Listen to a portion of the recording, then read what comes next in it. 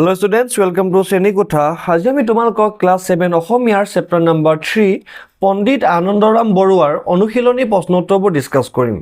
আজি আমাৰ প্ৰথম প্ৰশ্নটো হৈছে যে 2 নম্বৰ আনন্দৰাম বৰুৱাৰ জন্ম ক'ত হৈছিল? উত্তৰত তোমালোকে লিখিবা যে আনন্দৰাম বৰুৱাৰ জন্ম ইংৰাজী 1850 চনৰ মে মাহৰ 21 তাৰিখে উত্তৰ গুৱাহাটীৰ ৰজাদুৱাৰত হৈছিল। তেওঁৰ পিতৃ মাতৃৰ নাম কি? উত্তৰ তেওঁৰ পিতৃ গগৰাম বৰুৱা আৰু মাতৃ হৈছে দুৰ্লভেশ্বৰী বৰুৱা। গ আনন্দৰাম বৰুৱাই কলকাতাৰ কোন কলেজত নামভৰ্তি কৰিছিলে? উত্তৰত তোমালোকে লিখিবা যে আনন্দৰাম বৰুৱাই কলকাতাৰ প্ৰেসিডেন্সি কলেজত নামভৰ্তি কৰিছিল। ঘ প্ৰশ্নটো হৈছিল যে আনন্দৰাম বৰুৱা ভাষা কলা সংস্কৃতি সংস্থা কিয় প্ৰতিষ্ঠা কৰিছিলে?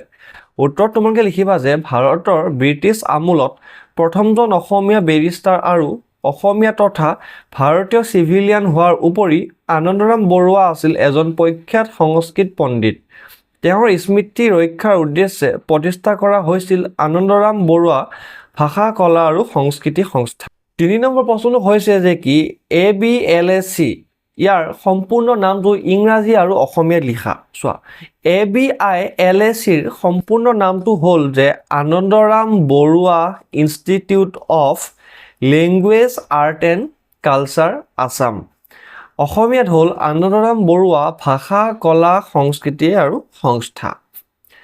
4 নম্বৰ প্ৰশ্নটো হৈছে যে তলত দিয়া পুথিসমূহৰ পৰা আনন্দৰাম বৰুৱাই ৰচনা কৰা পুথিসমূহ বাছি উলিয়াই লিখা। ইয়াত আমাৰ কি হৈছে কেইখনমান পুথিৰ নাম দিয়া আছে, আমি তাৰ পৰা কি কৰিব লাগিব আনন্দৰাম বৰুৱাই ৰচনা কৰা পুথিসমূহৰ নাম আমি বাছি উলিয়াব লাগিব। উত্তৰত তোমালোকে লিখিবা যে উত্তৰবোৰ কি হ'ব উচ্চ সংস্কৃত ব্যাকৰণ, ভৱভূতিৰ মহাবীৰ চৰিত, সৰস্বতী কণ্ঠাভৰণ, প্ৰাচীন ভাৰতৰ ভূগোল, ইংৰাজী সংস্কৃত অভিধান, সংস্কৃত ভাষাৰ বৃহৎ ব্যাকৰণ, সংস্কৃত শিক্ষাৰ্থী সহচৰ। তাৰ পিছৰ প্ৰশ্নটো হৈছে যে আনন্দৰাম বৰুৱাৰ কৰ্মজীৱনৰ বিষয়ে কেইশাৰীমান বাক্য লিখা। উত্তৰত তোমালোকে লিখিবা যে স্বদেশলৈ উভতি আহি তেখেতে পোনপ্ৰথমে শিৱসাগৰ জিলাত সহকাৰী মেজিষ্ট্ৰেট হিচাপে যোগদান কৰে। তাৰ পিছত তেখেতে ময়মনসিংহ জিলাৰ সহকাৰী মেজিষ্ট্ৰেট আৰু কালেক্টৰ হিচাপে যোগদান কৰে। এনেদৰে বিভিন্ন জিলাত উচ্চ পদস্থ বিষয়া হিচাপে কাৰ্যনিৰ্বাহ কৰি 1884 চনত নোয়াখালী জিলাৰ মেজিষ্ট্ৰেট হিচাপে নিযুক্ত হয়। নোয়াখালী জিলাত থাকোঁতে তেখেতে বংগদেশৰ উন্নয়নমূলক কাম কৰাৰ উপৰি তাত এটি গুৰুত্বপূৰ্ণ কাম আৰম্ভ কৰে। অসমৰ দৰে বংগদেশতো ভাষাৰ ভিন্নতা আছিল। এই ভিন্নতা দূৰ কৰাৰ কাৰণে বংগদেশৰ ভাষাবিদসকলে মান্য ভাষাত এখন অভিধানৰ প্ৰয়োজনীয়তা অনুভৱ কৰিছিল। তেখেতে এই গুৰুত্বপূৰ্ণ কামটো হাতত লৈছিল যদিও সম্পূৰ্ণ কৰিব নোৱাৰিলে। 1889 চনত তেখেতে বংগদেশত আকস্মিকভাৱে মৃত্যুবৰণ কৰে। 9 নম্বৰ প্ৰশ্নটো হৈছে যে খালী ঠাই পূৰ কৰা। কালি মই গুৱাহাটীলৈ ডেছ। উত্তৰত কি লিখিবা যাম। কাইলৈ আমাৰ ঘৰলৈ ৰমেন ডেছ। এনচাৰ কি হ'ব আহিব। ল'ৰাবিলাকে খেলপথাৰত বল ডেছ। উত্তৰ কি হ'ব তোমাৰ খেলিছে। তাৰ পিছৰ প্ৰশ্নটো হৈছে যে চেষ্টাৰ অসাধ্য একো নাই কথাষাৰ বহলাই লিখা। উত্তৰ চেষ্টাৰ অবিহনে কোনো কামেই সম্ভৱ নহয়। কোনো কৰ্মৰ পৰা যদি ভাল ফলাফল পাব বিচাৰে তেতিয়াহ'লে অধিক চেষ্টাৰ প্ৰয়োজন। যদি কোনো কাম কৰিব পৰা নাই তেনেহ'লে হাজাৰ চেষ্টা কৰিব লাগে। অধিক চেষ্টাৰ মূৰতহে সফল হ'ব পৰা যায়। পণ্ডিত আনন্দৰাম বৰুৱাদেৱে নিজৰ অনেক চেষ্টাৰ মূৰত ICS প্ৰতিযোগিতামূলক পৰীক্ষাত উত্তীৰ্ণ হ'বলৈ সক্ষম হৈছিলে।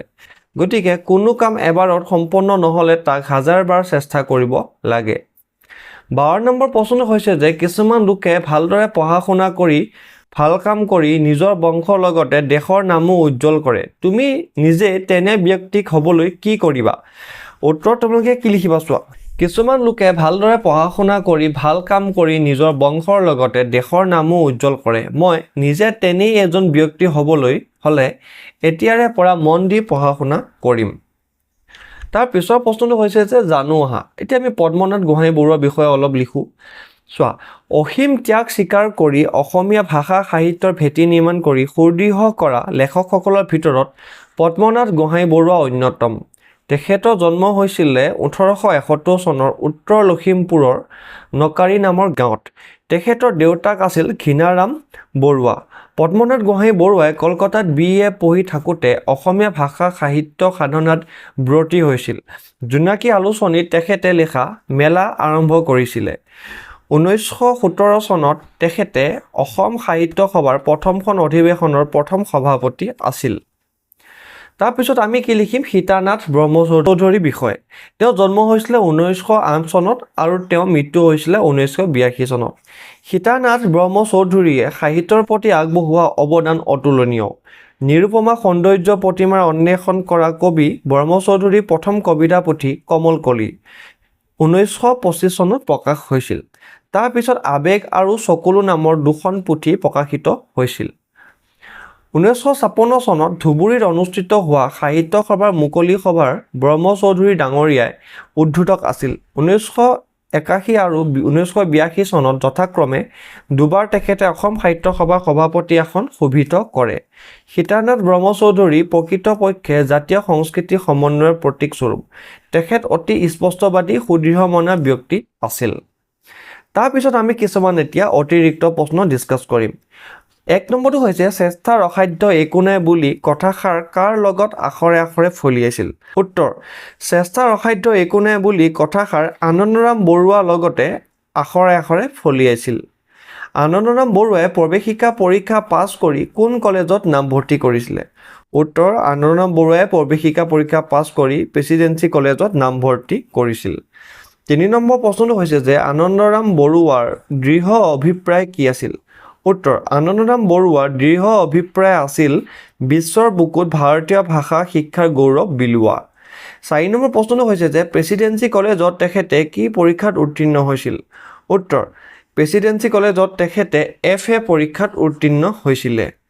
নোয়াখালীত তেখেতে কৰা কাৰ্যবোৰ কি কি?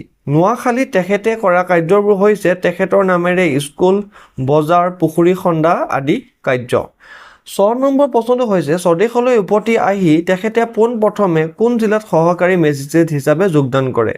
উত্তৰ: স্বদেশলৈ উভতি আহি তেখেতে পোনপ্ৰথমে শিৱসাগৰ জিলাৰ সহকাৰী মেজিষ্ট্ৰেট হিচাপে যোগদান কৰে। 7 নম্বৰ প্ৰশ্নটো হৈছে নোয়াখালীত তেখেতে স্থাপন কৰা বিদ্যালয়খনৰ নাম কি? উত্তৰ: নোয়াখালীত তেখেতে স্থাপন কৰা বিদ্যালয়খনৰ নাম হৈছে বালিকা বিদ্যালয়। 8 নম্বৰ প্ৰশ্নটো হৈছে যে আনন্দৰাম বৰুৱাৰ জীৱনৰ একক ব্ৰত কি আছিল? উত্তৰ: অমৃত মন্থনেই আছিল তেখেতৰ জীৱনৰ একক ব্ৰত। 9 নম্বৰ প্ৰশ্নটো হৈছে তেখেতৰ আশাসুভীয়া অধ্যয়নৰ ফলস্বৰূপে অমৰ ৰচনাৱলী কেইখনৰ নাম কি? উত্তৰ: তেখেতৰ আশাসুভীয়া অধ্যয়নৰ ফলস্বৰূপে অমৰ ৰচনাৱলী কেইখনৰ নাম হৈছে ব্যৱহাৰ উপযোগী ইংৰাজী সংস্কৃত অভিধান, উচ্চ সংস্কৃত ব্যাকৰণ, সংস্কৃত শিক্ষাৰ্থী সহচৰ আৰু সৰস্বতী কণ্ঠাভৰণৰ দৰে কালজয়ী অমৰ ৰচনাৱলী। তাৰ পিছৰ প্ৰশ্নটো হৈছে যে অসমৰ গৌৰৱ আনন্দৰাম বৰুৱা কিমান চনত আৰু ক'ত আকস্মিকভাৱে মৃত্যুবৰণ কৰিছিলে? উত্তৰ: অসমৰ গৌৰৱ আনন্দৰাম বৰুৱা 1819 চনৰ 19 জানুৱাৰী তাৰিখে আকস্মিকভাৱে মৃত্যুবৰণ কৰিছিলে। 11 নম্বৰ আৰু অন্তিম প্ৰশ্নটো হৈছে যে 39 বছৰীয়া চুটি জীৱনত চিৰকুমাৰ আনন্দৰাম বৰুৱাই কি আগবঢ়াই থৈ গৈছিল? উত্তৰ: 39 বছৰীয়া চুটি জীৱনত চিৰকুমাৰ আনন্দৰাম বৰুৱাই সংস্কৃত ভাষা সাহিত্যৰ অমূল্য অৱদান আগবঢ়াই থৈ গৈছে। তো ষ্টুডেণ্টছ আজিলৈ ইমানে। আমি নেক্সট ক্লাছত ইয়াৰ পিছৰ চেপ্টাৰটো ডিছকাছ কৰিম। Thank U.